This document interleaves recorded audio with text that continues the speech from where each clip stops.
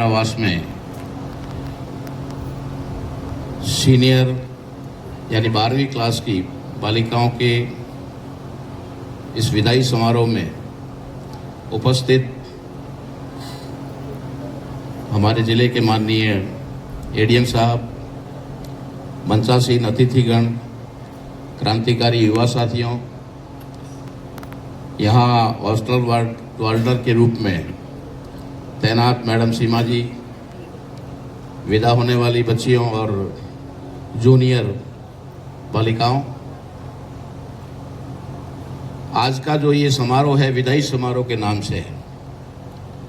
ना तो कोई विदाई हमसे हो रही है इन बालिकाओं की, ना कोई शिक्षा से विदाई हो रही है और ना ही किसी प्रकार की विदाई सिर्फ हो रही है तो इस छात्रावास से उनका कार्यकाल पूर्ण होने और यहाँ से उनको अपने आगे के भविष्य के लिए, आगे की उच्च शिक्षा के लिए आगे बढ़ने का भी ये एक प्रेरणा का कार्यक्रम है।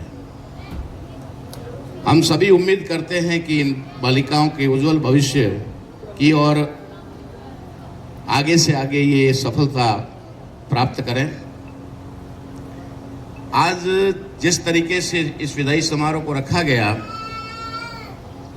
और ये दिन जो है महिला दिवस, वुमेन्स डे है आज, तो वह सारी बातें हो गई है और जिन प्रकार से कहते हैं कि प्रत्यक्ष अप्रत्यक्ष हर तरीके का सहयोग या भामाशाह या बनाने में, जमीन में जिन लोगों का भी सहयोग रहा उनको मेरी तरफ से भी मैं धन्यवाद दे देता हूँ।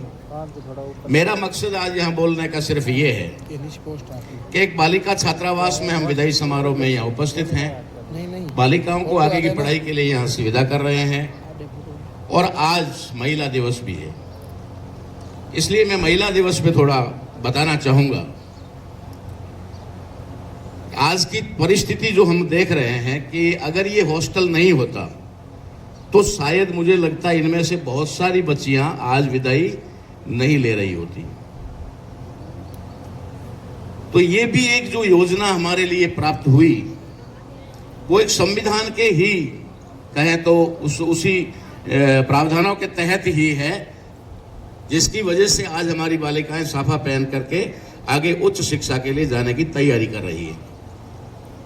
मैं भारत के परिप्रेक्ष्य में बताऊंगा, विश्व के परिप्रेक्ष्य में बताऊंगा और पूरी प्रकृति के परिप्रेक्ष्य में बताऊंगा कि महिला दिवस का क्या महत्व है।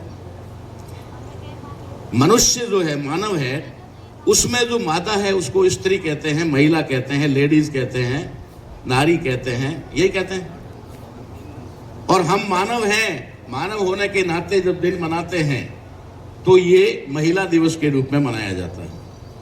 वरना ये अगर हम कहें तो पूरे संसार के अंदर, सृष्टि में जितने जीव जंतु हैं उन सभी के अंदर नर और मादा है। तो नर और मादा के अंदर हम देखते हैं, तो मेरा जो अध्ययन है मैं उसके अनुसार बता रहा हूं आपको। पूरे विश्व में क्या है, यहां क्या है। प्रकृति ने एक इस प्रकार का अनोखा हमें व्यवहार दिया है कि किसी भी जीव जंतु की, चाहे वो रेंगने वाला, तैरने वाला, उड़ने वाला हो, चाहे जमीन पर चलने वाला हो, उन सभी प्राणियों की पहचान उसकी मां से होती है। सब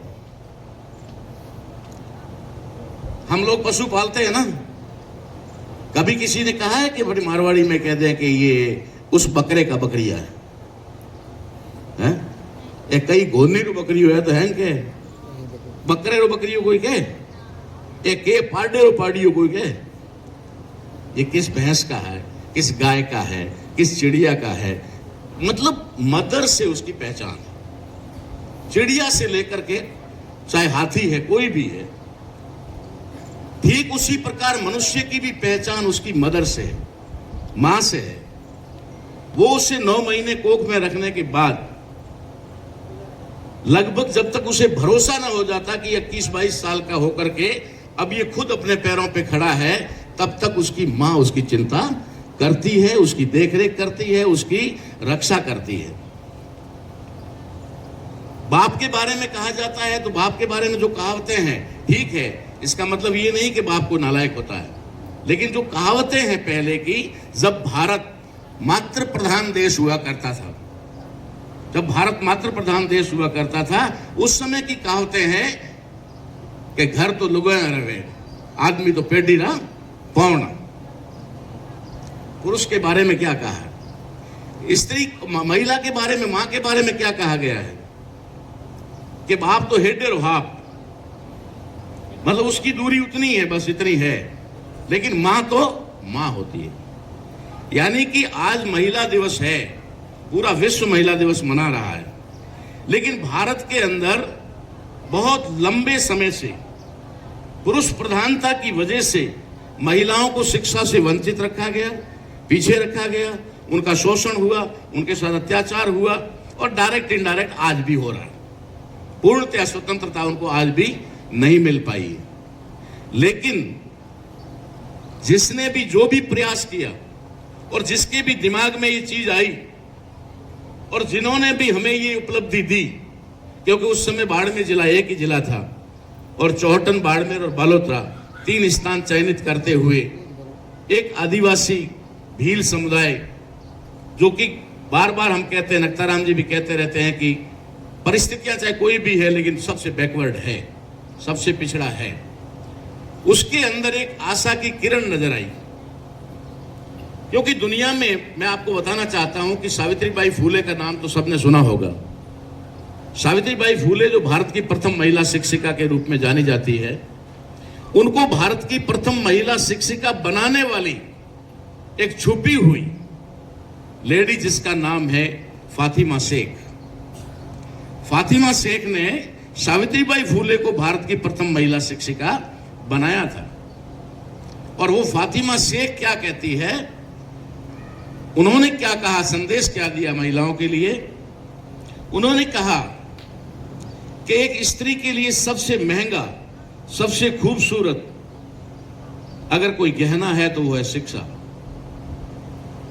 शिक्षा से बढ़कर कोई गहना नहीं है।